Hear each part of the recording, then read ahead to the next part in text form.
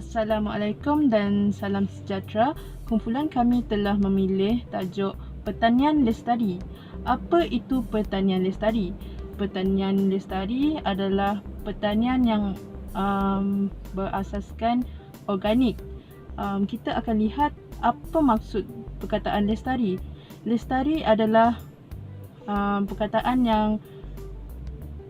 dalam bahasa Latin yang bermaksud kekal atau wujud dalam jangka masa yang panjang. Definisi kepada pertanian lestari ialah cara menanam tanaman dan menternak haiwan secara menyeluruh untuk kesihatan tanah dan manusia secara berterusan. Pertanian lestari mempunyai 3 objektif utama, iaitu membangunkan ekonomi, yang kedua pemeliharaan alam sekitar, dan yang ketiga faedah sosiopolitik. Dalam pertanian juga kita boleh lihat sistem pertanian mengekalkan produktiviti dan kepentingannya kepada masyarakat. Selain itu, pertanian lestari juga dapat menyokong masyarakat untuk berdaya saing secara komersial dan mesra alam. Dengan menggunakan pertanian lestari, sumber makanan banyak dapat dihasilkan tanpa mengurangkan sumber bumi atau mencemarkan alam sekitar. Pertanian lestari ini juga berasaskan ekologi, iaitu semula jadi, organik, input rendah, alternatif, biodinamik dan lain-lain lagi. Seterusnya, pertanian lestari menggunakan amalan biologi. Yang pertama, tanaman berselang-seli. Yang kedua, tanaman giliran. Dan yang ketiga, kompos. Menggunakan baja kompos dan baja organik.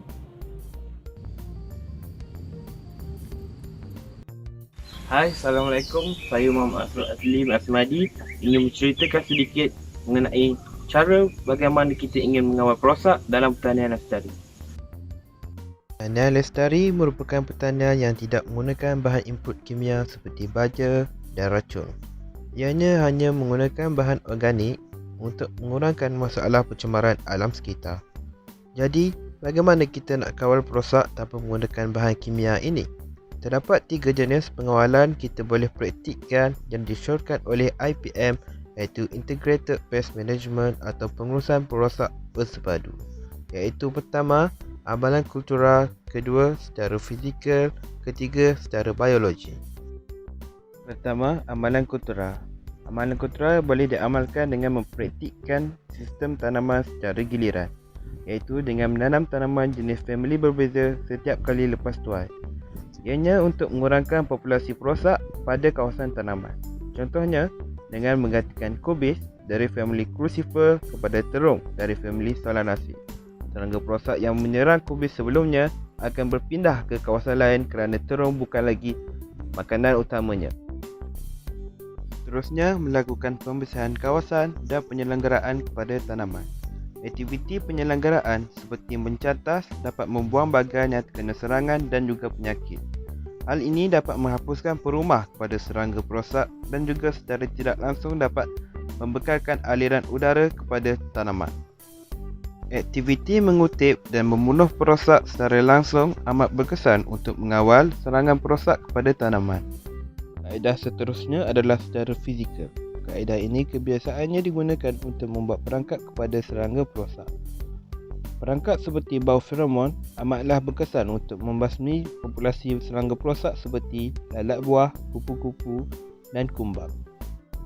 Kita juga boleh menggunakan kulit cempedak dalam untuk mengawal populasi serangan perosak siput guanang emas di kawasan sawah padi.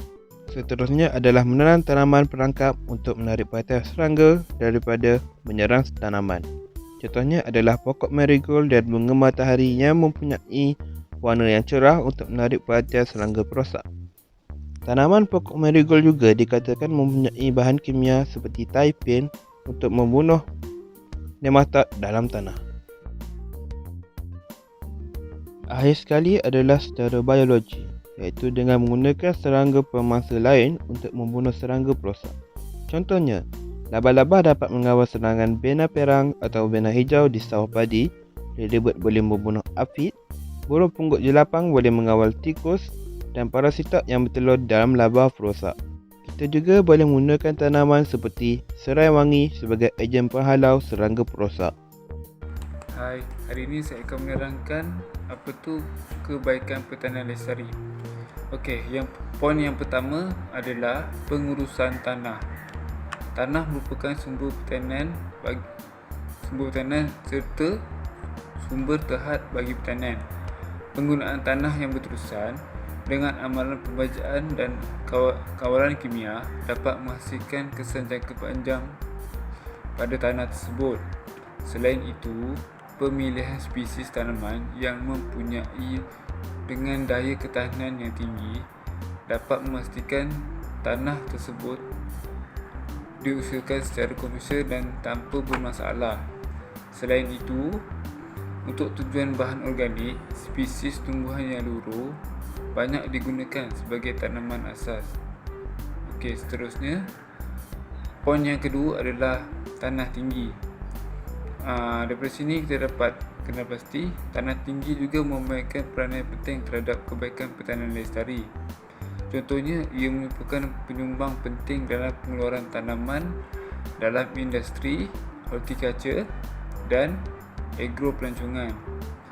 Selain itu, bagi tujuan tanaman, jenis tanaman juga memainkan peranan yang penting untuk mengelakkan hasisan yang teruk di kawasan tinggi. Hai, Assalamualaikum. Nama saya Manuel. Saya akan menerangkan tentang kesan pertanian lestari. Okey. Seperti yang disampaikan oleh Atirah, Astrol dan Alif, anda akan dapat lihat apa itu pertanian lestari dan sebagainya. Okey, kali ini saya pula akan menerangkan tentang kesan pertanian lestari. Pertanian lestari dapat mengurangkan migrasi tanah dan air. Apa itu migrasi tanah dan air?